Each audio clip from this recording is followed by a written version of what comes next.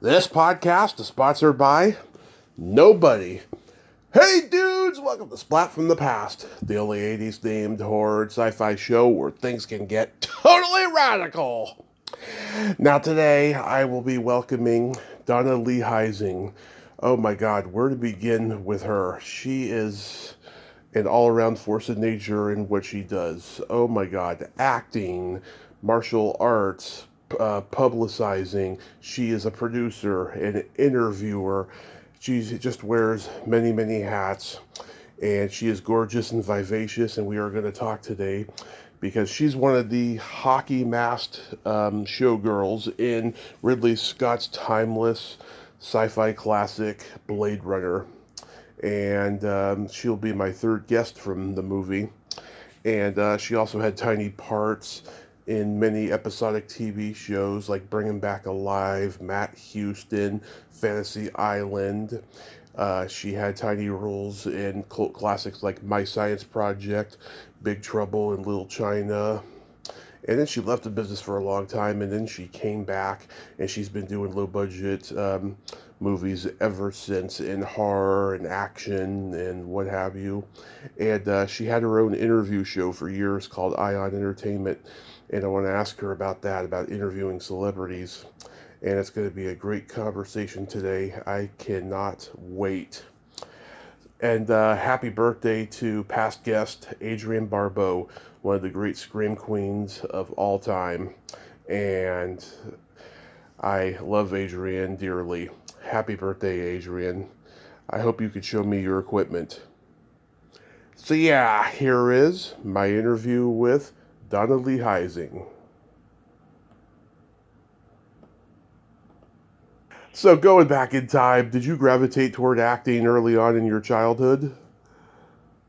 I've always loved performing. I was a cheerleader all through school, Mm-hmm. and I've been a dancer my whole life. So I think I did love performing, but I didn't get into acting until probably after high school, because I was so focused on dance and academics. Okay, how old were you when you started dancing? Oh, maybe 8. Are, I took ballet, ballet and jazz actually, and I loved it, So that was how I expressed myself. And my uncle, I don't know if you know, my uncle is Tak Fujimoto. yes. Yes. Well, so I've always, and then also, I have 2 cousins. Uh-huh. And George Doherty and David Wong from the other side of my family. I'm Chinese, Japanese, and Native American. So Yeah. on the other side of my family, I have 2 cousins who have won a bunch of primetime Emmys for their shows, Peter and the Wolf on Broadway, Mm-hmm. and now they're doing Bugs Bunny. Uh-huh. I think it's Bugs Bunny on Broadway. But they go around the world and they put on their show. George is a conductor, and David does all of the set design and lighting and everything. So I have, I have people in showbiz on both sides of my family. So I've always been aware of it, but I started taking classes after high school. Okay. Like I have an AA in theater arts from Fullerton College. Then I went on to UC Berkeley, and I took acting there. Well, we got to acknowledge your uncle did so many great movies that he was a DP on. Oh my God, Badlands, Death Race 2000, Stony Island, Heart Like a Wheel, all the Jonathan Demme movies. It's amazing. Yeah, he is so talented. He's actually a legend, and he's in textbooks. But he's very humble and low key. Like he doesn't go out and publicize himself. He's just a genius. Yeah. Oh my God, that's great. Did you ever spend any time on his movie sets? My brother went to he filmed. I live in Orange County. I live in Huntington Beach. Mm-hmm. So my brother, I was at UC Berkeley, so, but my brother went to the set with him when he filmed, what's that one with Charlize Theron when she first started? That thing Oh you yes, do or that thing you something do. like that? Yeah, Tom Hanks worked with him on Philadelphia and loved his work so much he had him do that thing you do. Yeah, and so that was in Orange, and so my brother was on that set. My brother graduated from USC's film school. Yeah. Oh my God, that's amazing. So are you trained in all types of dancing? Well, pretty much, ballet, jazz, not tap. Mm-hmm. Never liked tap for some reason, and now I'm a pole dancer. Yeah. What made you get into pole Yeah, dancing? yeah, and I took up pole because Yeah. I played. I was in a lot of films that use pole dancers. I mean, Yeah. it's like I can't do nudity because of my family and just because. But I do play a lot of sexy roles that take. So that's why I took pole dancing. I went to my high school homecoming dance with a girl who was a twin. They were Filipino, and they became pole dancers after high school. And we had a farewell party for one of them when we were in our mid-20s. And the one I went to the dance with, she did the pole dance at the party, and it was the first time I had ever really seen one up close. I took pictures of it and everything, and she's like, "Don't show those pictures to anybody." Well, she must have been great. Oh, she was fantastic. Yes, she was. It takes a lot of strength to do pole dancing. Oh yeah. Like people who are gymnasts probably take to it really easily, but it took me and I'm a dancer. It took me forever to learn how to climb up the pole and then to do the flip overs. And I mean, there's so many great people that I've trained with, Mm-hmm. and I have to say I never got that good. Yeah. How about martial arts? Did you start that early? No, I started that for film also. I've been taking it for about, let's see, maybe 8 years now. I started taking Tang Soo-Do martial arts, and so I know all the katas, but I haven't tested, because I'm doing it for film. I'm not doing it to progress in as far as belts. Mm-hmm. But after 8 years, you kind of know what you're doing. I started out in a class with all black belts. So to be perfectly honest, sparring with black belts is very daunting. So the parts that I like best are the traditional forms, and the sparring is probably my least favorite part of it. Mm-hmm. So you attended UC Berkeley, you said? Mm-hmm. My dad passed away a few years ago, but my dad always said I've attended every college in Southern California and UC Berkeley. So I did. It took me a while to really figure out what I wanted to do. Like I went up to UC Berkeley and I wanted to be a dietitian. So my major was chemistry. And then I had won Miss Los Angeles Chinatown the year before, so I also took Chinese. Mm-hmm. And so I took a bunch of different classes while I was up there, but the main classes were chemistry classes. You didn't do any theater? Not while I was up there, but I have done theater. I played Leah in South Pacific, and then I played mainly in flower drum songs. And I told you I'm a dancer, but can't sing at all. I wish I could. I mean, because I think it's like one of the best art forms, but I can't sing.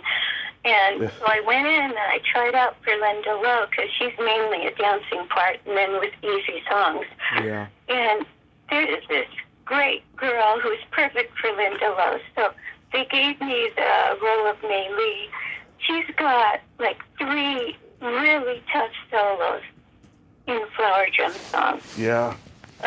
I started training with this opera teacher at Cal State Fullerton, to do the role, and I got through it. But I can't say I was good. I was good at the acting, and it was a wonderful experience because May Lee is such a great part. I mean, it taught me to cry on demand on stage. Mm-hmm. Yeah, I talked to Irene Sue a few months ago. She was both in the play and the movie. She said she preferred the play more than the movie. She didn't think Hollywood got it right. Yeah, well, I mean, I was excited to see any Asians. Yeah. So I liked the movie, but I think the play is probably more deep.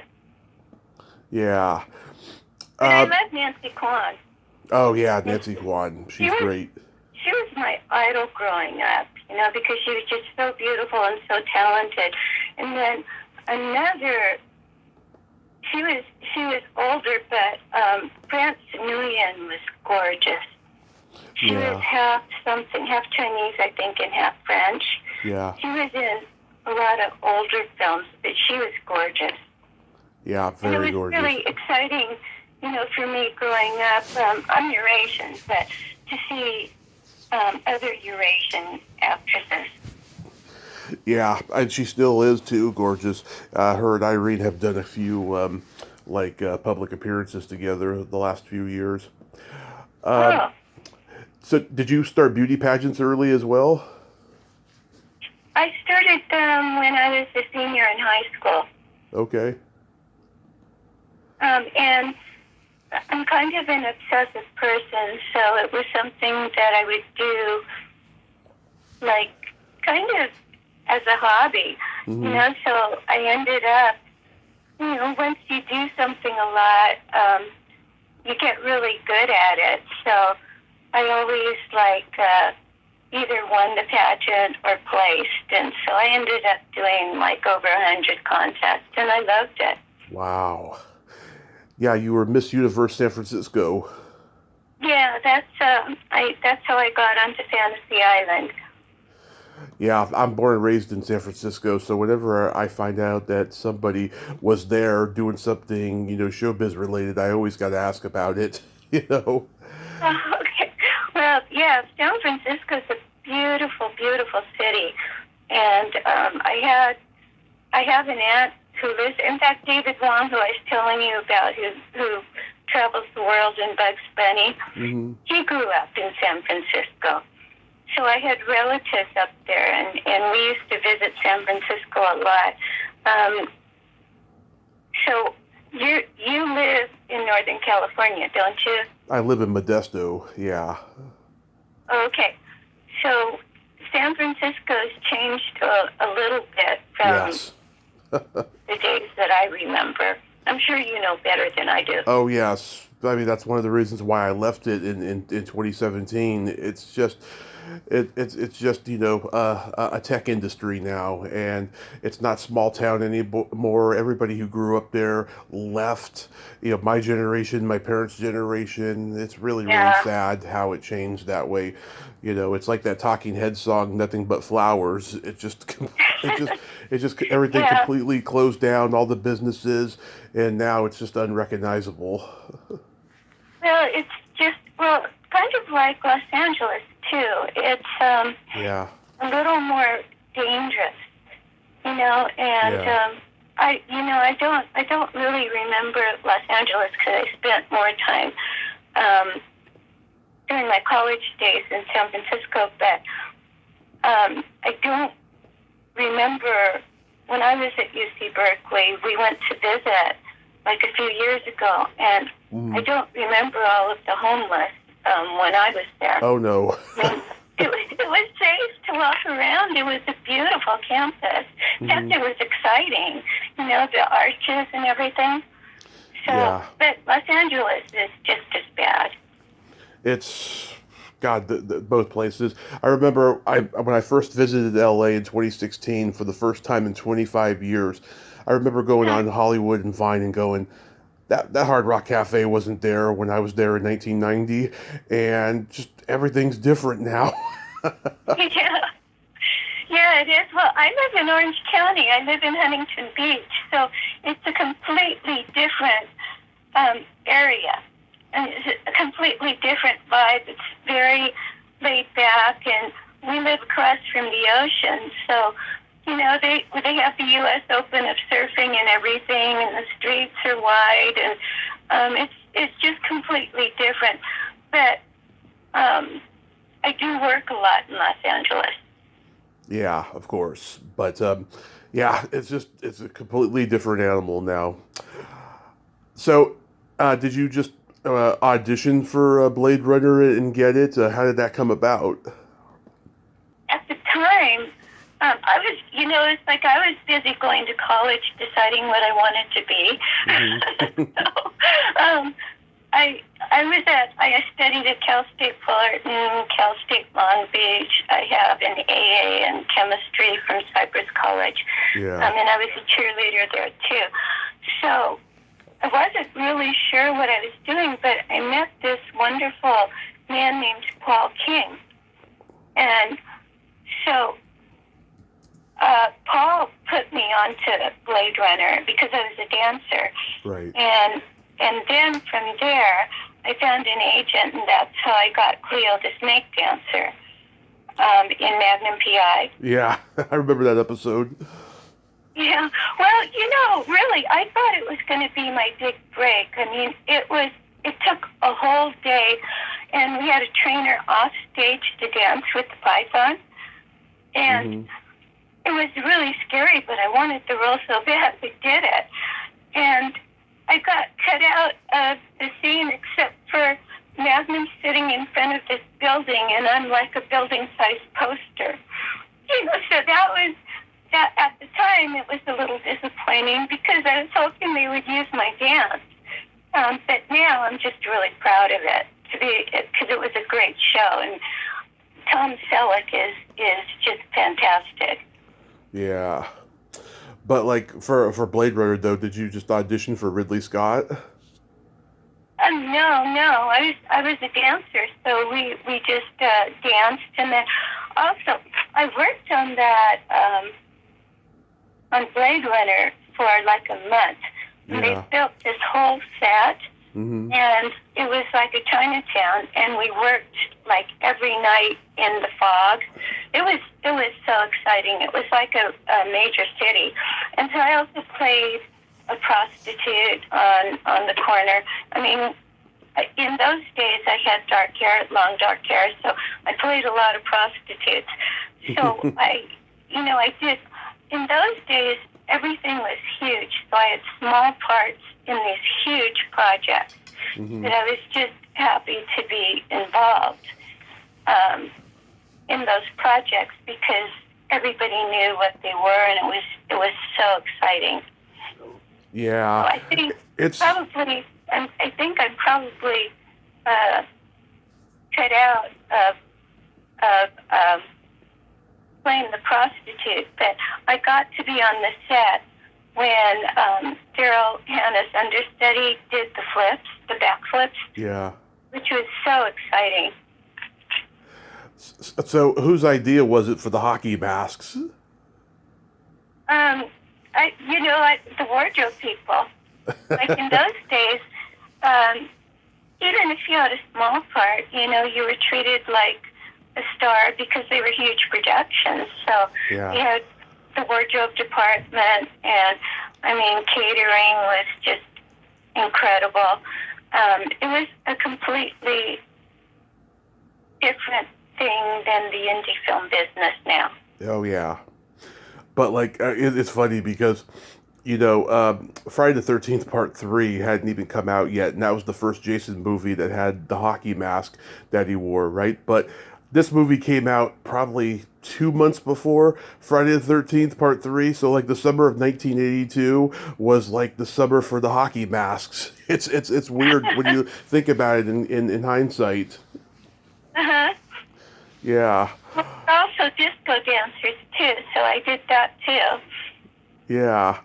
It's to me the best sci-fi movie ever made. It's just so brilliant, and it was a lightning in the bottle thing. I mean, you say it was like you were on a whole city on that set. It's just the way everything was constructed.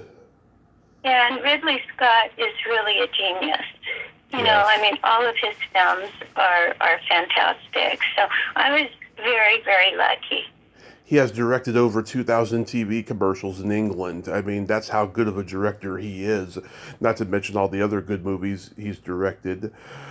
Hmm. The other girl, Kelly Hine, have you seen her since? No, no.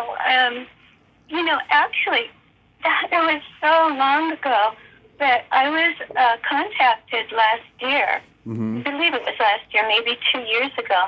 They were going to have a showing of it in Los Angeles, and I had such a small part, but they contacted me because they wanted me to attend and be on the stage with everyone, and unfortunately I was doing a film, so I couldn't show up, but I think, it would have been Mm-hmm.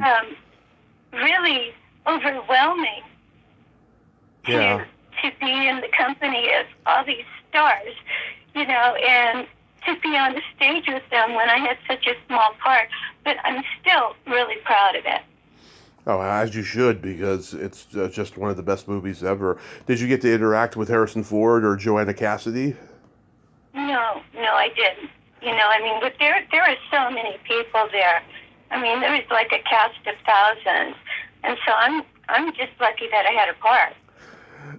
I got to meet Joanna Cassidy at a Comic-Con in 2018. She signed my Blade Runner poster, and then like I kissed her hand, and she looked at my mom and said, "You raised him right." Oh, nice. Yeah, this is just before COVID. I can't do that anymore, but at that time I was doing that. But I've talked to Paul Sandman. I've talked to Kevin Thompson, who played the little teddy bear that William Sanderson had. Those little Mm-hmm. those little stuffed animal guys. That was a bizarre sequence. um, yeah, You have an amazing memory. I You do. told me that, but I do. Without it, I don't have a podcast. I heard you say, though, on Greg's podcast, you were there when Daryl Hannah was doing the backflip scene. yeah.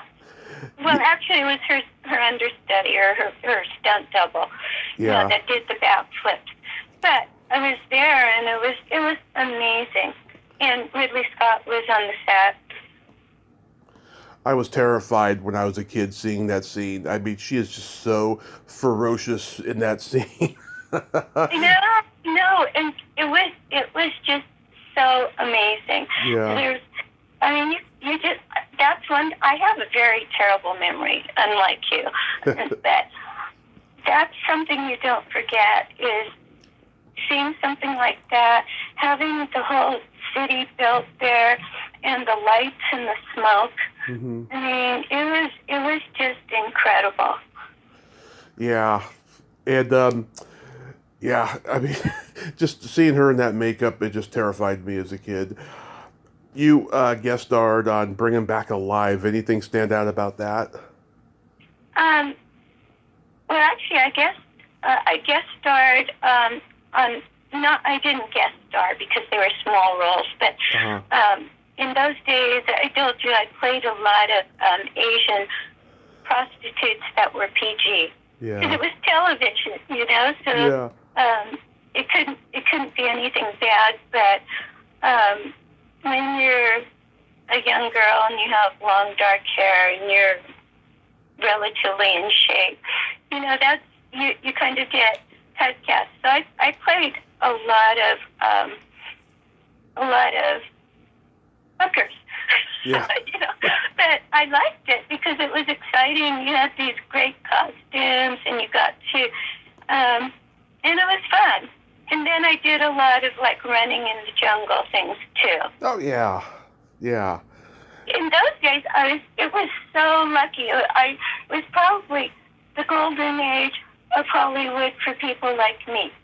Right. Because they had all of these adventure series. They had MacGyver. They had Bring 'Em Back Alive. They had Gold Monkey. Yep. Oh, and action adventure is still one of my favorite genres, and I don't think they do it very much these days. I mean, I keep looking for them because I can still run, I can still play a prostitute, but there aren't. The new MacGyver is nothing like the original one to me. Yeah. Jenny Lee Harrison was in that episode too. She was gorgeous. Mm-hmm. I think that was after she was on Three's Company. Oh, okay. Well, like I said, you have a much better memory than I do. I did watch Three's Company, so I know who she is. Yeah. How about Matt Houston? Matt Houston was another one where I believe I played a barmaid. Right. Or I was in a bar. I was a prostitute in a bar or a barmaid. I can't remember. I was in a lot of bars in those days. But those series had huge budgets, too. I mean, they were all filmed in the studio on one of the lots. Like Fantasy Island had its own lot built up.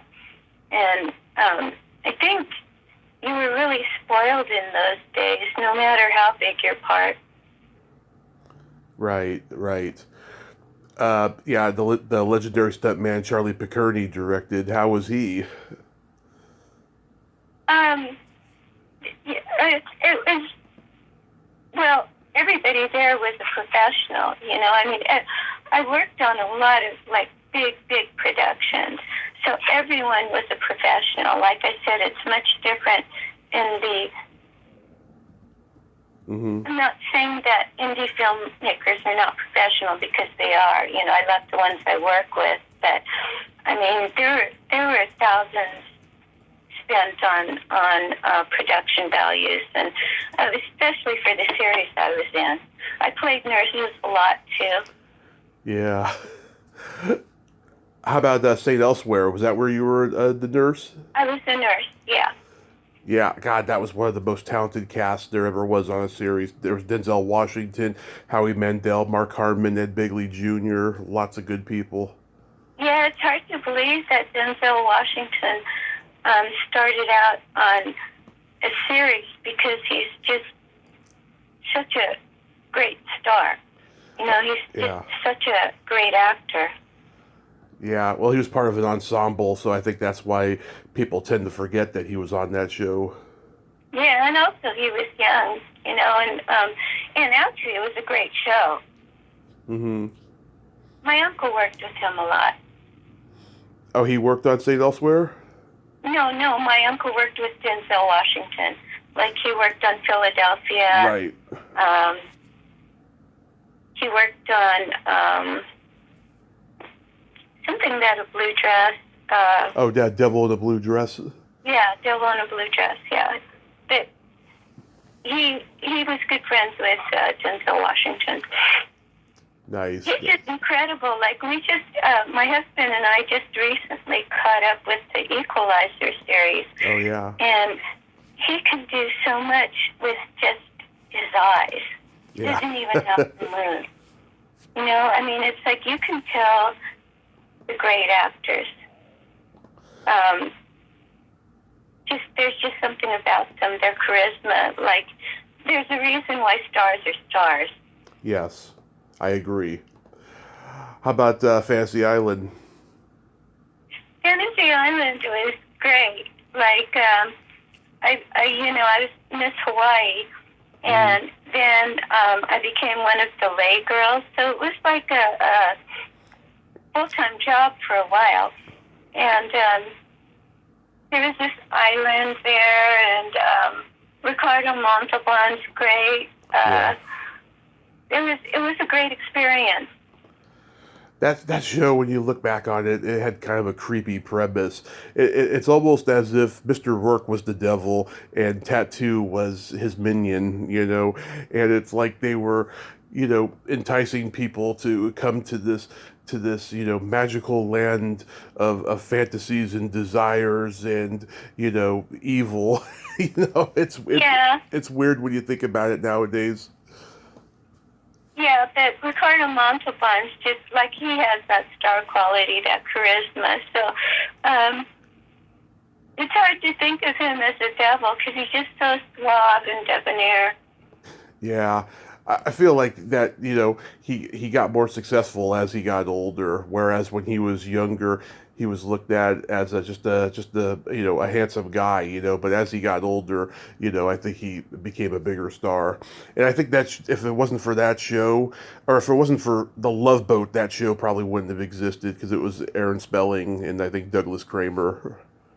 Yeah, like I did a new Gidget. Oh, you did? Karen's a friend of mine. Oh, really? Okay. Yeah. Well, I played the Hawaiian mayor's wife. Uh-huh. And Ted, I told you I don't have a really good memory. Yeah. So the guy on the Love Boat was the director. That could Can't be remember his last name. I have my resume here because yeah. I've done so much stuff. I tend to forget. Yeah. There's a guy named Ted, the black Ted Lang guy on the Love Boat. Yeah, Isaac, the bartender. Yeah, so he was the director of my episode of The New Gidget. Wow. You know what? I don't even have it listed. I've been in the business for so long, I don't even have it listed on my resume. Yeah, but I believed you, though, because I know he directed a lot of TV after The Love Boat. Yeah, and he was the nicest person in the world. Wow. Yeah. I love My Science Project. It's such an underrated teen sci-fi comedy. How was playing the sorceress? Oh, it was fun. It's more of a ghost. They had all the ghost characters. Yeah. So I was more of a ghost in that. Yeah. So it was exciting. Like I said, I had small parts in these huge projects.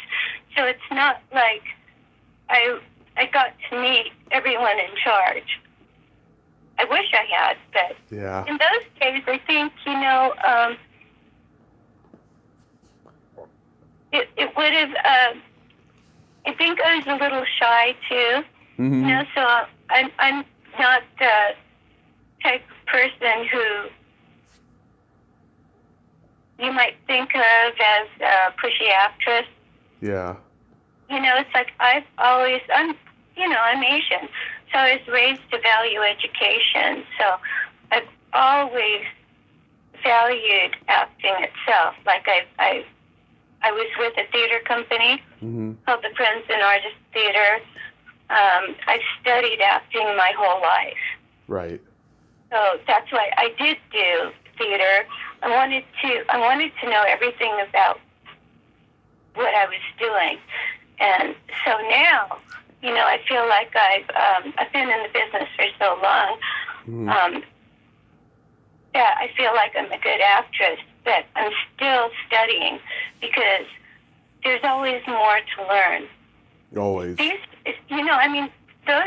those days, I was just starting out and I was still a college student, and it was exciting to be on the set with these big stars and to see how everything worked. And in those days, you were spoiled because they had huge budgets and, all this catering and wardrobe. It's like you didn't have to worry about anything. Right. And so it was exciting. but at the same time, I wanted to really get good at my craft, and that's why I joined the theater company. And these days, I'm still taking lessons, and I realize there's always something to learn. Right. And you can always get better. Always. Always. Do you have a story about David Carradine on Kung Fu the movie? No, I didn't. Well, I didn't have a scene with him, so I didn't interact with him. I mean, he was the lead in it. So, but I didn't have a specific scene with him. It was fun to do. It's like I was a Chinese peasant. Yeah. And just like in a Keys movie. Yeah. How about Big Trouble in Little China? Oh, no, that was fun. We played priestesses, so I think James Hong and Kim Cattrall were in the scene, and it was like this huge temple, and I played a priestess who was on the side of Kim Cattrall and James Hong. Right. And of course, it's really exciting to see the stars in that too, and how huge it turned out. What a great project it turned out to be. Yeah, I heard John Carpenter, he doesn't talk to the actors very much. He's more focused on the technical side. Did you find that to be so? I'd be lying if I knew all of these details. It was so long ago, I don't really remember, to be honest. I totally get it. Did you interact much with Kurt Russell or James Hong or anybody? Well, James Hong, yeah, because we were playing his court. Right. Yeah, James Hong, I've done a lot of stuff with him, and like with the Key, because they were the major Asian. I mean, I did a lot of Asian parts in those days. I had dark hair, so James Hong has always been a great actor and has always been very, very nice. Oh yeah, he's great in everything. He's still going. He's 95 or something. I know. I just saw him I just watched Everywhere, Everything, All at Once. Yeah. And he was in that. It was amazing. Yeah, I haven't seen it yet, but yeah, I heard he's pretty good at it. Well, to be honest, we just went on a Broadway tour, so I didn't have headphones, so but I was really curious about the movie because it got such acclaim, and then two of the stunt people are from Orange County, and they're brothers, and they talk themselves. So I just wanted to watch the movie. So I didn't hear any of the sound, but the stunts in it are amazing. God, that reminds me of James Hong was in the first Airplane movie. He's he plays like a Japanese soldier on the plane. Robert Hayes is boring him to death with his life story. It's so Hong tries to kill himself. Oh, I love those films. Yeah. Oh my God, it just reminded me of that. I'm sure with all the hundreds of movies and TV shows Hong has done, I'm sure he gets recognized for that probably more than anything. Well, maybe. Well, do you follow Aki Elian? No. Oh, okay. Well, Aki has been in the industry for ages, and he's my mentor. He started out with Sinatra. He's like 83 now. So he has done tons and tons of things. Right. He has an amazing career, and I did an interview. I used to have a show called Ion Entertainment, which we're going to talk about. Yes. Okay. Well, I started that. I have a bachelor's of science from Pepperdine University in business management, and I have an MBA. So I left the business for a while, maybe 15 years ago. Right. And I was the vice president of marketing for technology companies. Mm-hmm. And I missed the business so much that I did interviews in my spare time with people. And so that's how I started Ion Entertainment. Right. And so I did one episode with a Key where he covered his whole life story. Yeah. And that's won a bunch of awards. The Key is just really amazing, and he's got this film that has every star in the world in it. I'm an associate producer on it.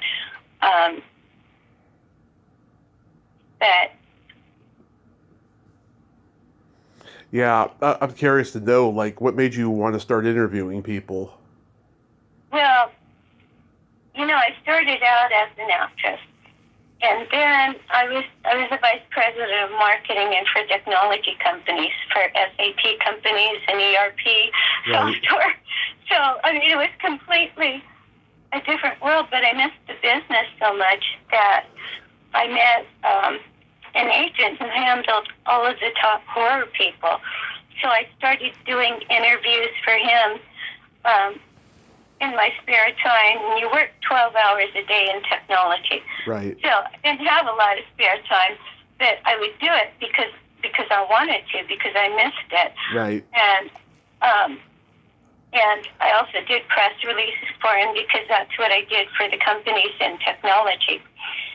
And so that's how I started it. And then I got to be really good friends with Bill Overs Jr. Oh, yeah, I know Bill. Yeah, he's a great actor. And then I got to be really good friends with Domiziano Arcangeli, Mm-hmm. who has since passed away. Right. And he was really young. He fell down the stairs. And it's really unfortunate because he was a great actor and he was just so good looking. He was discovered for his looks in Italy, and so I did interviews with all of these wonderful people, and then finally my husband saw that I missed the business so much, so he told me to just go back to the business. Yeah. Well, he did a good thing there because, look at this that you've built for yourself. Yeah. So go ahead. I'm really, really proud of the work that I did before I went into technology, because everybody would have heard of all of those projects. And I still get questions about Cleo the Snake Dancer, even though I turned out to be a poster on the building. Mm-hmm. I mean, I would give anything to have a video of my dance, because we did it for a whole day. But yeah. since I came back, and when I came back, everything had changed. Like, anybody could make a movie because of the digital cameras. Mm-hmm. And so I had to start all over, and I was taking every role that I was offered because I wanted to get back into it. And then I started studying at South Coast Rep with Matthew Arkin, who's Alan Arkin's son. Yeah. And so I had started out in my first theater company with the Stanislavski method. They teach Uta Hagen at South Coast Rep. Right. And so I'm trained in all forms of acting now. And I decided, a few years ago, I just decided that I wanted to do quality roles in quality projects. And so then I started studying Shakespeare. Brian Barsuglia put me into this documentary he was doing on Shakespeare, and asked me to do Lady Macbeth's monologue. And it was just an eye-opening experience for me to do that. I studied with Carol Foreman in order to do it. Yeah. And it just changed my attitude about everything. It's like we just finished Cat on a Hot Tin Roof, and it turned out, I did a monologue from that, and it turned out so great. I've got friends here who live around me, and Craig Railsback is Steve Railsback's nephew. Oh, I know Steve's ex-wife, Jackie. Oh, you do? Okay, well, anyway, Craig is one of my really good friends, and he's responsible for so many of the Best Actress Awards that I've gotten recently, because he's my good friend and he lives near me, so we film a lot of things together. And my best friend is good friends. She's the one who introduced me to Craig, actually. Her name's Dr. Rena Wolsinger. She's on the Grammy board, and so she does all of our scores on our films. Nice. And so we did a film last year called Down and Out in Vampire Hills. Yeah. It's 22 minutes. It's won tons and tons of awards, but we can't really do anything with it because it's a short film. Right. You know, so we can't distribute it or anything. So Craig has it on Vimeo, but this summer we want to shoot a feature because there's so much talent. I mean, Rena's sister is Dr. Heather Joseph Witham, and she's a vampire expert, and she writes the scripts for us. And then we have, like Rena does the score. So we have our own built-in film company here. And so if I decided to turn down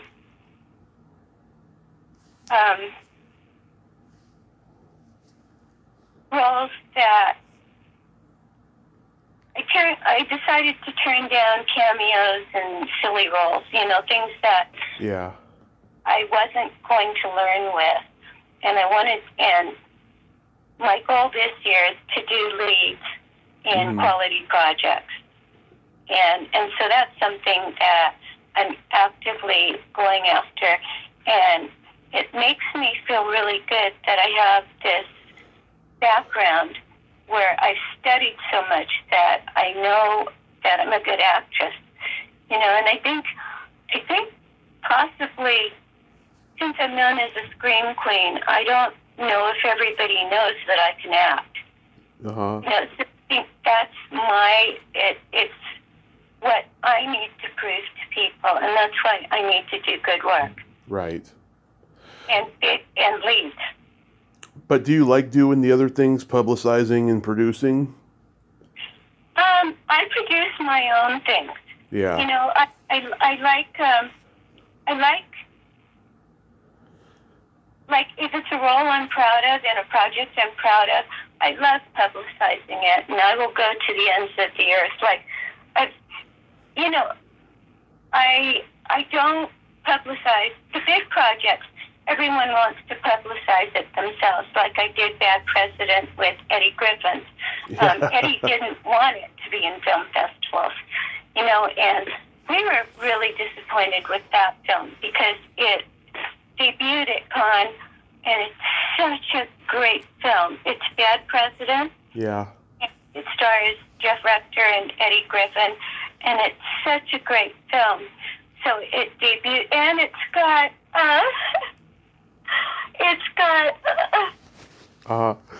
Daniels in it.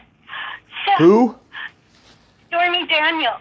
Oh, Stormy Daniels is in it. Yeah, just in the trial with Trump. Yes, I know who she is. So anyway, you know, this was right before COVID, so it debuted at Cannes. It was supposed to go into AMC theaters, then COVID hit.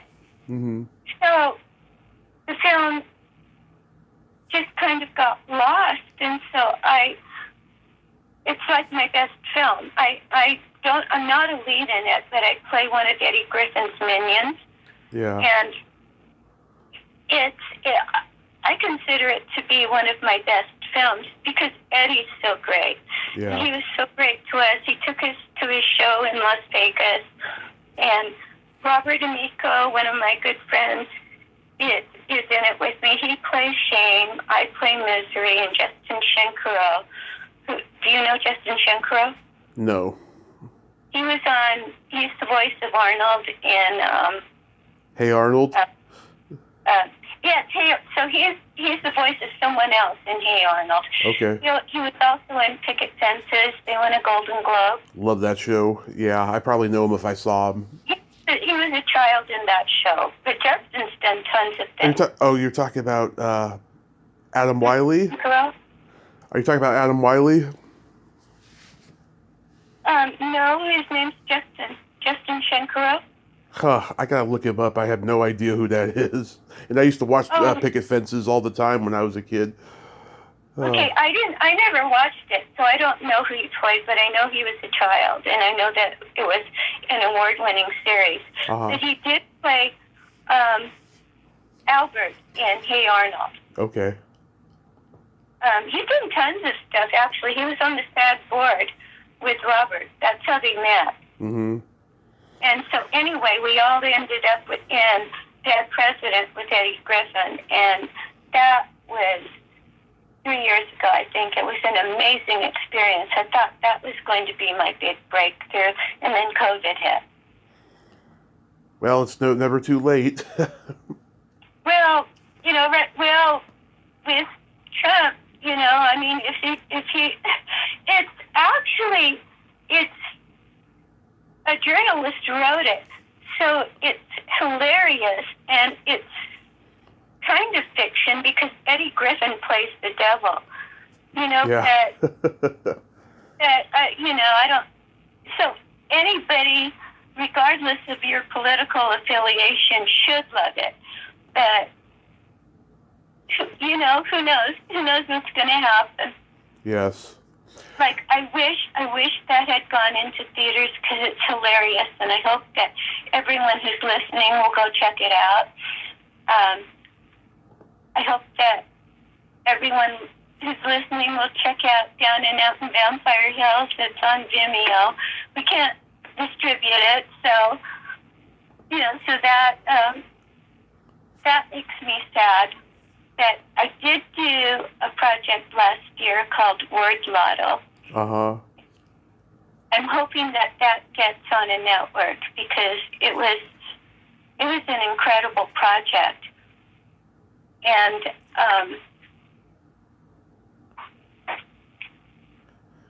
I'm just waiting to see what happens with the distribution of it. It's a black comedy. Mm-hmm. And I'm hoping it gets picked up and turned into a series. Those are the type of things that I'm looking for, these days, because I've been in the business for so long, that I want to do things that are meaningful. I get it. So, who are your favorite interviews you've done? Well, obviously a key. Uh-huh. And key, it's like I can't, I've got a key up here, and I can't, he's done so much stuff that I can't bring up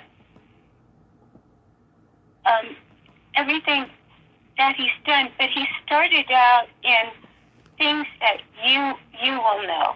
Uh-huh. Like he started out with he played Major Nodoc in the Hanoi Hilton. Okay. Braddock Missing in Action. Yep. What's played that? General Clock. Chuck Norris. Farewell to the King. Mm-hmm. Played Colonel Mitamura. Yeah. He played Principal Elder in Dragon, the Bruce Lee story. I mean, that shows That's why I spent so much time here trying to look up all his credits, and he's just got so many. Because he's an amazing actor, and he's not in really good health right now. So I'm spending my time trying to find a distribution channel for Railroad to Hell, Chinaman's Chance. I mean, that starred Eddie Albert. It starred he made it 20 years ago. So it's got a lot of stars that have already died. It's got Yeah, you know a lot of the horror guys too. I remember you telling Greg, like Bill Moseley and stuff. Oh yeah, well, I was so impressed with Bill Moseley. Do you know that he has a degree from Yale? Oh yeah, I know his whole story. Yeah. Yeah, he was incredible, and he was so much fun. In fact, it's out there on YouTube somewhere. He was so much fun to interview. I met him at Monsterpalooza. He was a great guy. I met him in 2016. Okay, so you go to a lot of the horror cons sometimes. I used to go to them a lot more. I just don't like the prices of them anymore. Oh, really? Are they bad? I don't go to them, so. Really, really bad, yeah.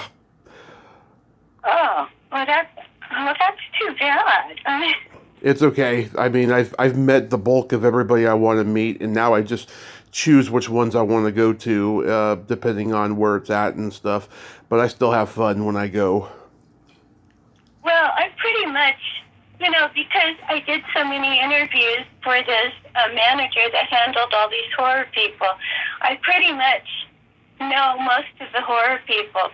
But I wanted to tell you, in Railroad to Hell, it stars Reggie Lee, Timothy Bottoms, Jason Connery, Coolio, Danny Trejo, Ernest Borgnine, Olivia Hussey, Lorenzo Lamas, wow, Christopher Atkins, Jeffrey Lewis, Martin Cove, Edward Albert, Bo Svensson, Teresa Russell, John Philip Law, Tommy Chong. Oh my God, I've talked to Tommy Chong.